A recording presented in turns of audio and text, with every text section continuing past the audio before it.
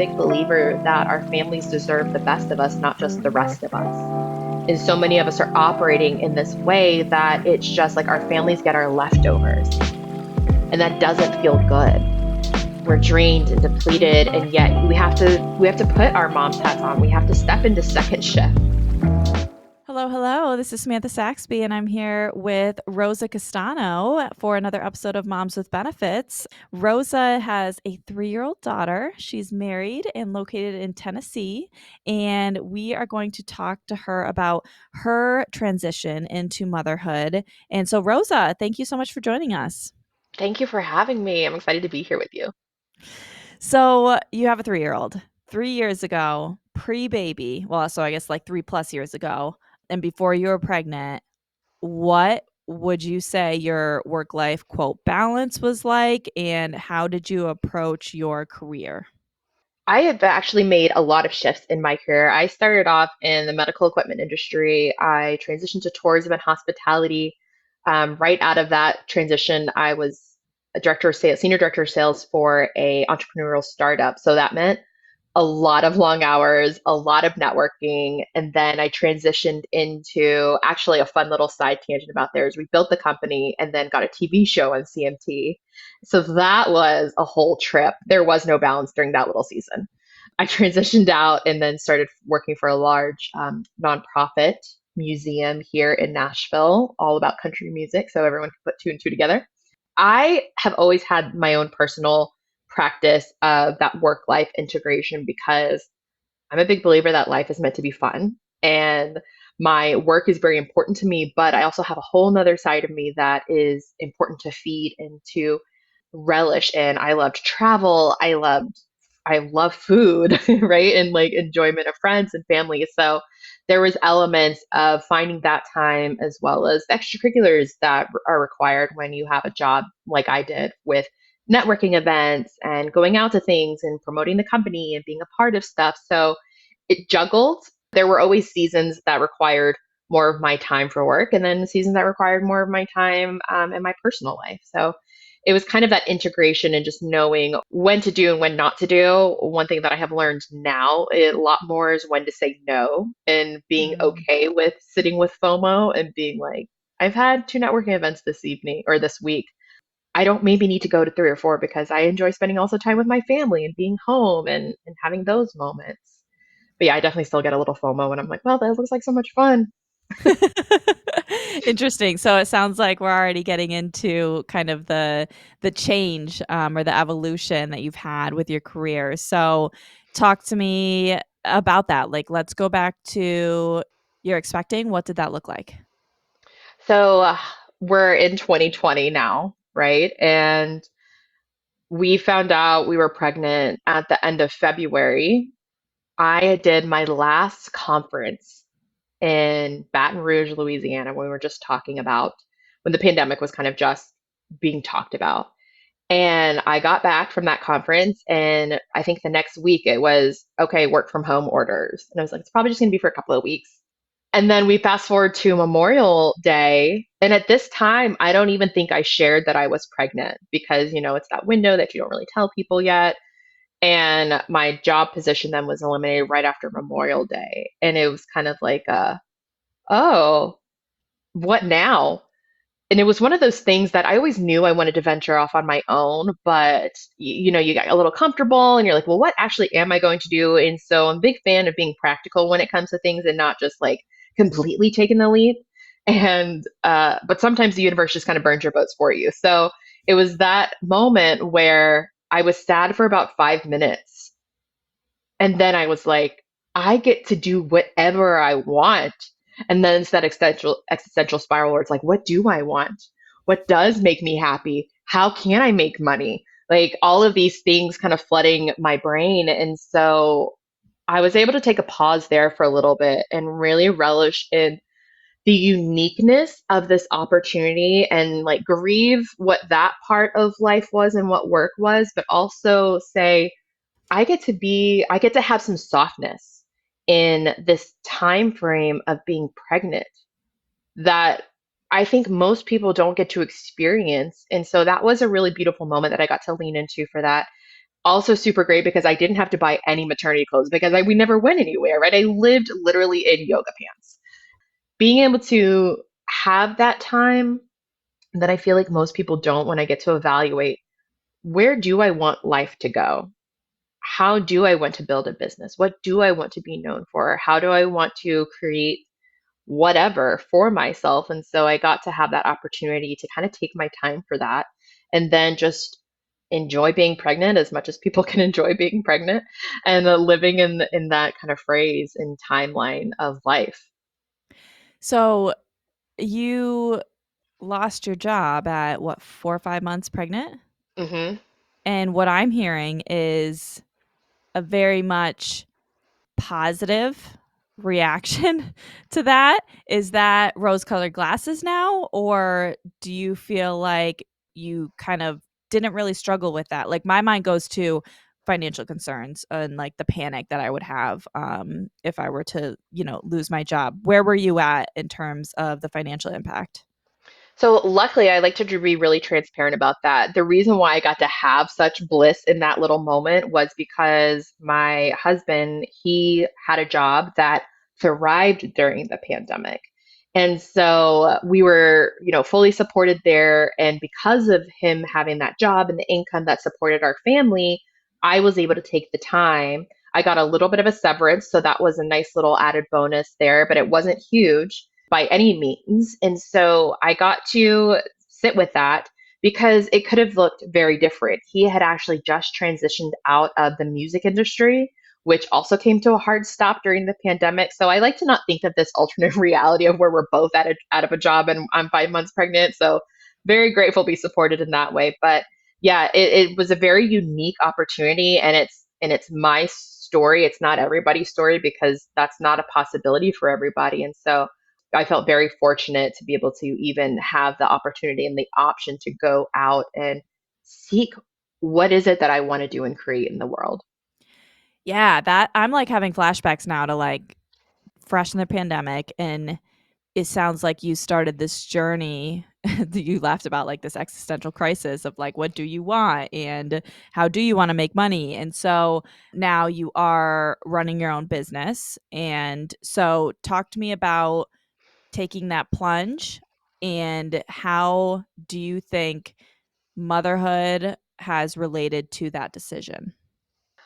I grew up with a mom who runs a very successful business, had 4 children, and yet somehow I still had this block that like if I have a child, I'm not going to be able to be successful with things that I do. If I have multiple children, I'm not going to be able to have successful things. And so I constantly have to kind of stop that mindset and remind myself there are successful women all over the world who have thriving businesses, amazing children, thriving home lives, and that all those things are possible, that I don't have to put myself into this box or create these limitations in my head. And so I'm kind of going on year 3 really now of creating my business, but I got to have home time with her for the first year of her life in a way that I never thought I was going to be able to, and in a way that I didn't even know that I wanted. Because I was always of the mindset, like once I had kids, like immediately kind of go back to work after the 12 weeks. And to be able to have that time with her was so special. It also really, this is a whole nother soapbox, but it also really infuriated me about our system and how it's structured with 12 weeks. The fact that, like I said, this is a tangent, but the fact that we only get the 6 weeks.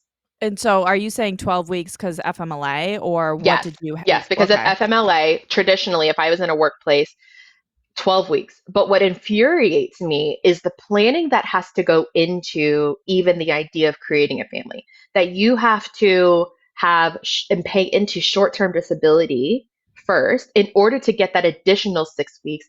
And that additional 6 weeks is only at that 75% pay.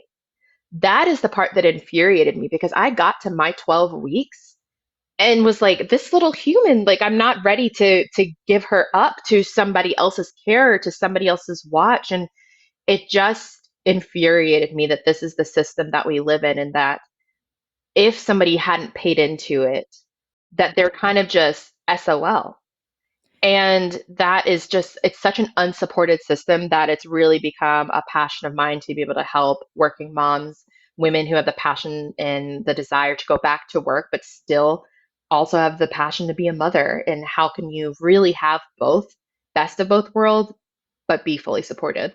I mean, that is, insurance is part of Moms with Benefits subject matter expertise, and the awareness problem with short term disability is tragic. It's huge. Systemically, there's a lot of different ways that we could improve, but I think one of the obvious problems is the awareness of women need to know that that exists to be able to pay into it before they're pregnant, because then being pregnant is considered having a pre-existing condition, and therefore you are not eligible to buy into that program. And so it's just like, how is this really helping? And so I hear you, like wholeheartedly hear you. And I did experience that firsthand too, because when my job position was eliminated, that means that was the end of my insurance. So I had this 1 month wait before I could get onto my husband's insurance. Well, when you're pregnant, you have doctor's appointments, you have ultrasounds. And so I had to sign promissory notes to them, or I saw that sometimes it was actually cheaper just to pay out of pocket, because when I tried to ask, I forget what the name of it, whatever it was, to have like a different kind of like that emergency insurance in between, they were like, well, when after the baby comes, we can support you, but it's a pregnancy is a pre-existing condition. I was like, how is it a pre-existing condition? I wasn't like pregnant before, but I am now. And so the whole phrasing of it to me is just like ridiculous. And so I had to be in this weird limbo for a month, that I had to say it to the doctor's office. I promise I'm going to pay. I'm going to get it. I was like, getting on his insurance, and everyone was really nice and kind about it. And they obviously have a system because they had these notes, but it's just one other element that you have to navigate on top of what life is already doing. Yeah, and talk to me. So you were ended up, sounds like, got on your husband's insurance eventually. And so how did you get help with that? Like, was his employer very helpful? Were you just Googling? Was the state website like helpful? How did you navigate through that? Yeah, it was kind of a little bit of a hybrid situation of all of those. It was me calling, the insurance provider and saying, "Hey, I got off of this one." And they're like, "Okay, well, you have this 1 month to be able to do." And I think they're the ones, if I recall correctly, who actually told me that I can ask the providers, "Hey, can I sign this? Hey, I'm in this 1 month waiting period." And so was able to have the language to be able to give to the doctor's offices to be able to have that reciprocation on what is the proper way to do this. But Those were the promissory the notes, right? promissory notes, that And they, so I had to sign it and say like, you are going to be on insurance at this point, and you're going to be able to, you owe this much, and being able to have the option to say, do I want to pay it out of pocket? Do I wait for insurance? So thankfully, the insurance company was helpful in being able to provide language to be able to talk to the providers, because you don't know what you don't know. And you're just going and kind of being like, how am I going to pay for this? Ultrasounds aren't cheap. Doctor's visits aren't cheap. How do we navigate through all of this? yeah. Yeah, insurance is wild. Okay, so I'm like lost in the insurance talk right now. Sorry, because that's like what I I know, do. you're it's like it's a whole part of Yeah, it. it's a whole part of it. Yeah. I Do you mean, I mean, and then on, like, if we want to go down that rabbit hole for a second, on top of that, of course, right before, because I feel like this kind of goes along with the benefits, right before, she was born, I think the month before, then we've got life insurance coming into play, and it's like all of these adulting things. And then, they're trying to come at and be like, okay, but have your will. What if you die? And I'm like, I'm not. It's like you all of a sudden, I actually had to say, like, I need a pause of this conversation, because I'm sitting in tears thinking about like my newborn being without a mother. But it's these hard conversations, but they're not fun.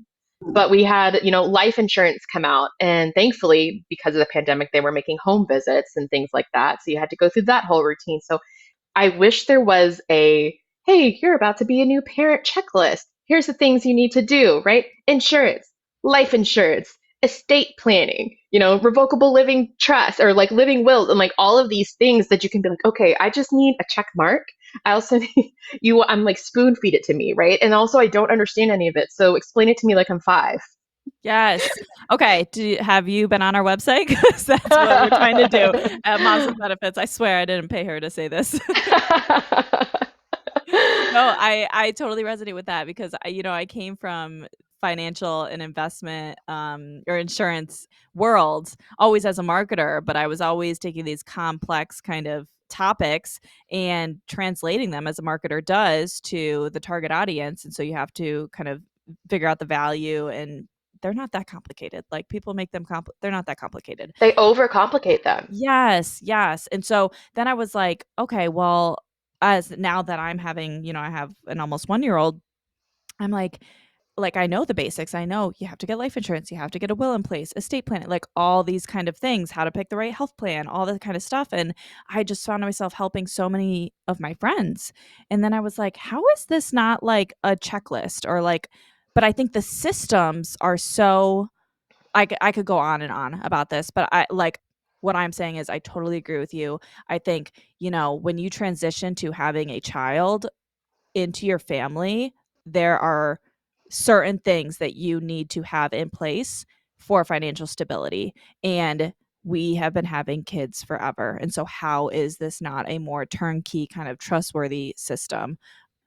Okay. So, you called it this pivot, right? This pivot of now trying to build your own business. And so you're 3 years in, understood that you took some time to, really just spend that with your daughter. So what does it look like trying to build your business and also be the mom that you want to be? Yes, I had my lovely pandemic pivot that I called it.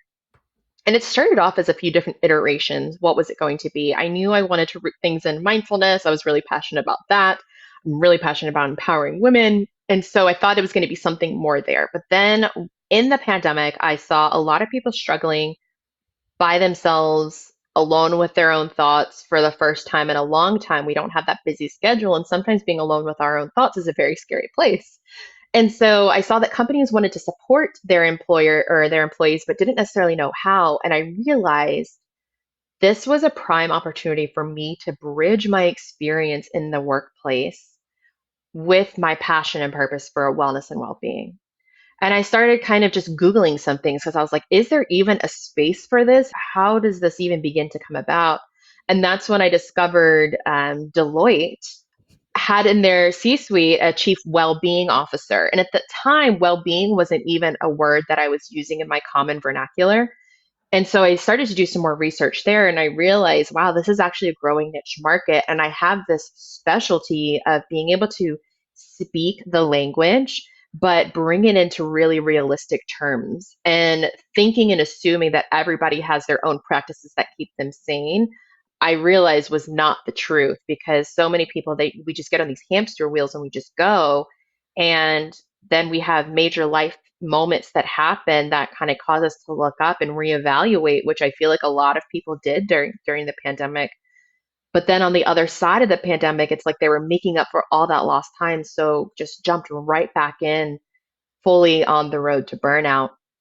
And so I really wanted to create this curriculum that took my experience, that brought my education and learning from yoga teacher training, meditation teacher training, mindfulness based stress reduction, and kind of wrapped it all up into a way that really met people where they were at in the workplace and speak to here's how we manage stress, here's how we recognize stress styles, here's how we can integrate it with our colleagues, with life. Here's how we have different tips of management and time management and all these different things that all accumulate to having well-being in the workplace. Because when we don't have that, we're not good first to ourselves and then in turn to our workplace or to our families. And I'm a big believer that our families deserve the best of us, not just the rest of us. And so many of us are operating in this way that it's just like our families get our leftovers and that doesn't feel good, right? We feel like we're drained and depleted, and yet we have to put our mom's hats on. We have to step into second shift. And the kids don't care that we had a really long day or a hard day or anything that came out of our day there. They just want mom, they want to feel that love, they want to feel that presence. And there are sometimes we just don't have that. And then we get down on ourselves and then we start to shame spiral and judgment. And that's a whole nother element of things that I want to help support moms in that and saying sometimes we're going to get it right, sometimes we're going to get it wrong. but have the grace to be gentle for ourselves and just say, like, we're doing the best we can. Yeah, so I'm really curious. It sounds like you work directly with moms, and so you're working with, we'll call it employees and employers. Hmm. And so I'm very curious how your message is received and whether that's different based on those audiences, and like how you perhaps talk to those audiences differently, because I would imagine like it just needs to be a little bit different, like employers are coming at it from a different angle. So I'm just very curious like how they receive that. Yeah, so my main our audience when I'm working with employers in the workplace is going to just be everybody that's in that workplace, not specifically moms. One of the things that I really try to put emphasis on whenever I'm working with HR, employee resource groups, they're usually the ones who bring me on, and leadership teams, is the emphasis that leaders need to be present in these types of workshops. Because if leaders aren't present, if leaders aren't showing the employees, hey, stress management is an important topic to me, how do we create these practices? Then it's not going to give the employees the permission to be able to do those things as well. And it's simple practices like step away from your desk to go eat lunch. You have the 10 minutes to do that. Are we creating a false sense of urgency? Where can we incorporate a little bit more, mindfulness throughout our day that allows us to actually stay sane and stay in this like nice baseline throughout our day? And so it really has to come from the buy-in of leadership to be able to show employees, look, you're fully supported in all of this. And I'm bought into this as well because leaders are not exempt from stress. Leaders are not exempt from burnout. And all of the studies show that if you have a leader who is, their well-being is important, they are in a good state of mind, then it trickles down.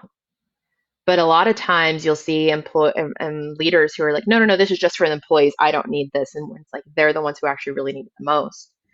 And so a lot of my messaging, it speaks to all people, all genders, all levels of influence. And so it's saying, here's this capacity. If I'm speaking specifically, for working moms, that a specific employee resource group, or if it's for a conference that is a women's conference, that's really my favorite because I get to tailor it to the specific aspect that women entail when we talk about the emotional load that it takes, that we take on, the little extra things that we do in the workplace that are very gendered roles, such as if you're in a meeting, even if you're at a leadership table, who's most likely to take notes, right? Who's most likely to make sure that there are snacks in place before it because we're just, snacks are life. These little things that we take on because we're like, we want to exemplify leadership and that we're taking charge. But we see, and this isn't man hating, we love them. But it's, we see our gender opponents that are not doing that work, but are getting rewarded in ways that aren't being reciprocated to us. So it's different conversations. The overarching message is the same, but depending on who the audience is, I get to dive a little deeper into specifics differently for just women's conferences, just women's group, than ones that have both men and women present. I love the concept of getting the leaders involved in it, bought into the concepts. I'm curious, I think about a lot of large organizations that, I've come to learn the like inner workings, internal structures.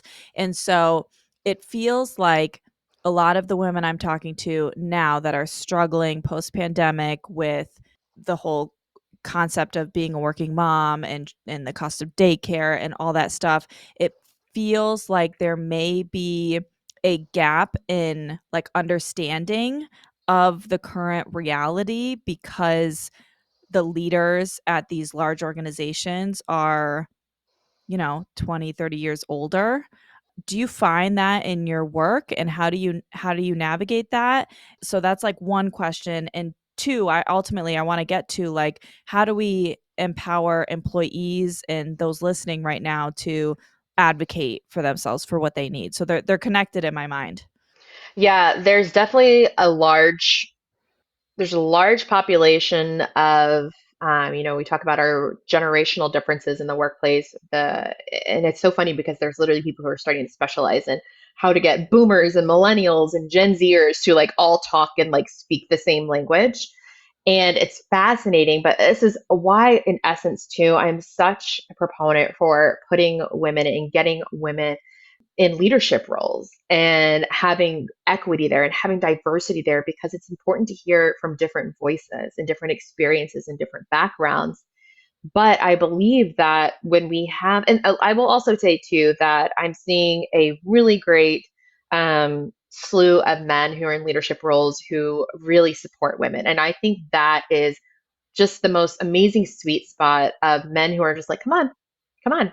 I'm going to help be the voice. I'm going to be able to help make the seats for you at the tables because they see their wives in all of these people. They see their mothers in these people. They see their sisters. They see their daughters. And I think they really resonate with like, I want to create a workspace that I would be proud to have my daughter to come in, that I would want my Mhm. daughter to feel fully supported and seen. And I love that those men are there and doing that. But it's being able to have that permission to say, like, here are some of my boundaries and it's kind of stepping into that because I think we let our boundaries be crossed very easily and then it becomes just the norm Hmm. instead of being able to have those hard lines.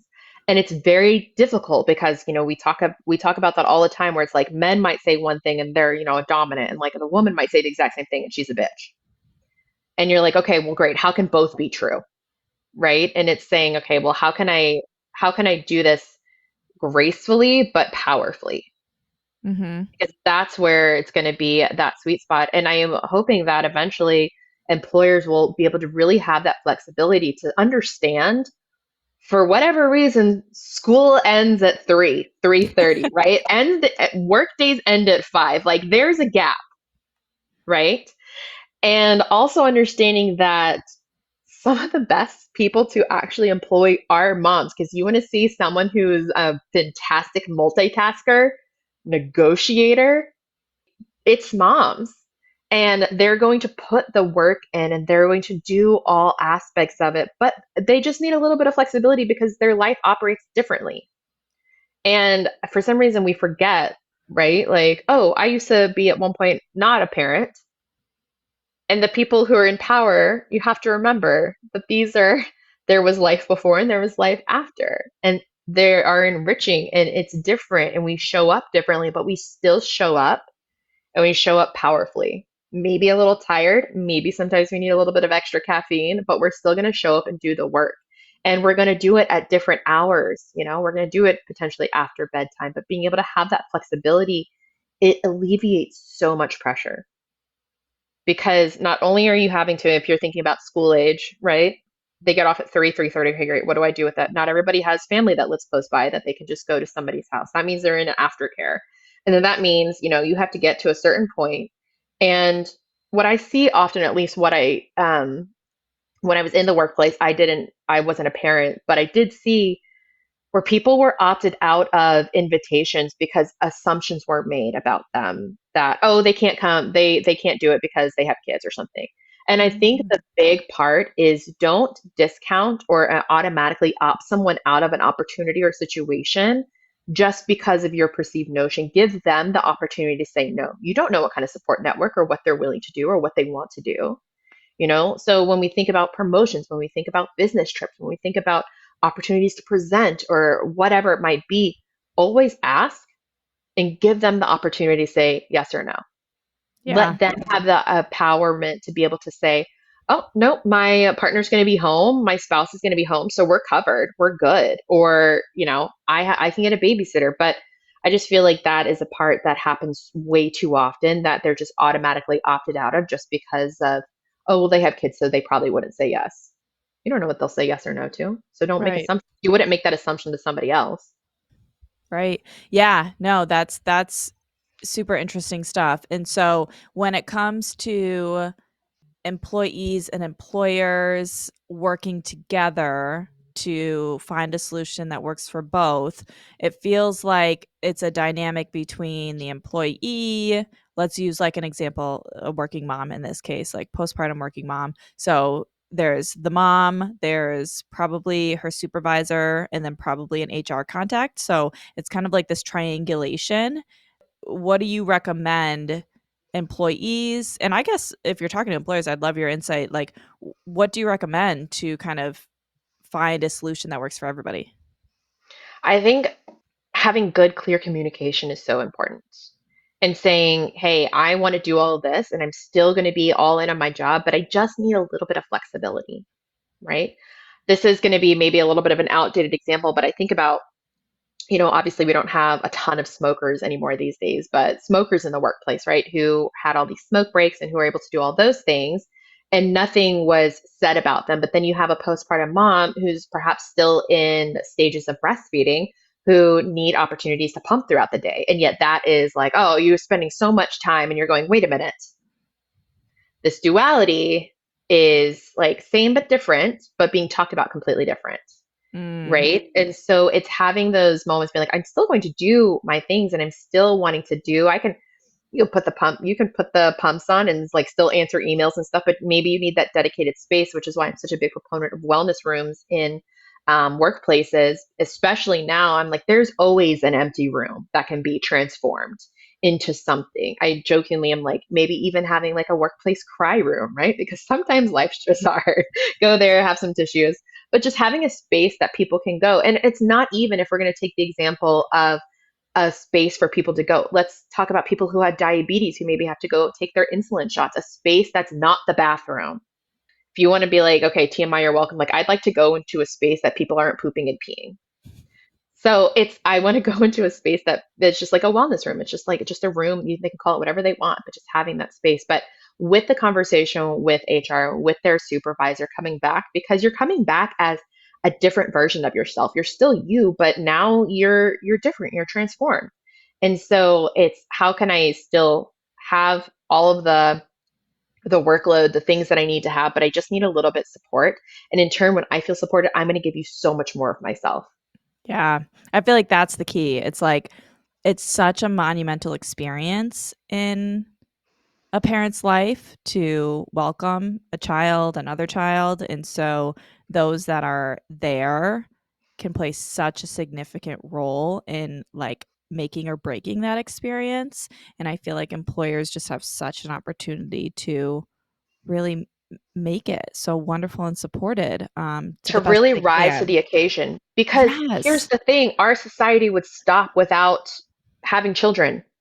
And so if we're in a society that can support the parents, and in this case, it's really like the men and women too, because being able to have both loads shared is important. But in a society that is helping to support parents, that helps them thrive, that helps them do, but we also still have to do the old things, as much as I wish my mortgage company would just take well wishes and good vibes as forms of payment, they do not. And so it's like we all have to make money, right? And we have to see what is the best thing for our family. And does it make sense for one person to go? I know families personally that the mom is the breadwinner in this capacity and the dad's the one who stays at home. And so family units are so particular to a family unit and it's not a Mhm. one size fit all and it can't be blanketed. And so being able to have good conversations, having an HR that HR gets a lot of bad rap and I think that you have really great ones that get shrouded by bad experience because in truth like HR is there to support the company but they're also really there to support the individual as well and make sure that they're taken care of and that things are going there and I think you can have a really great symbiotic relationship when you have a great HR person because they're going to be and I've had really great experiences with HR so that might just be my jaded experience. I haven't had bad HR experiences and so and all the people that I work with that hire me on, they're doing it because they want to support the employees. They want to help and give resources. And so I think especially if you've got a really great HR department, have that conversation and say, how can we find a balance here?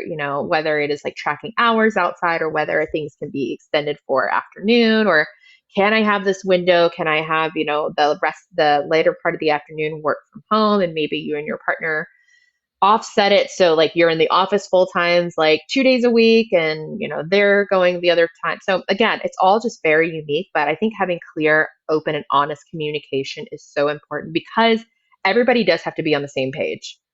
Yeah. Supervisor, HR, the employee, because when we don't have clear communication, when we're not on the same page, that's what can lead to a lot of unmet expectations, what can lead to a lot of cynicism and resentment. And then that just breeds and festers unhappiness in the workplace. So I think really being transparent and having great communication is a key factor.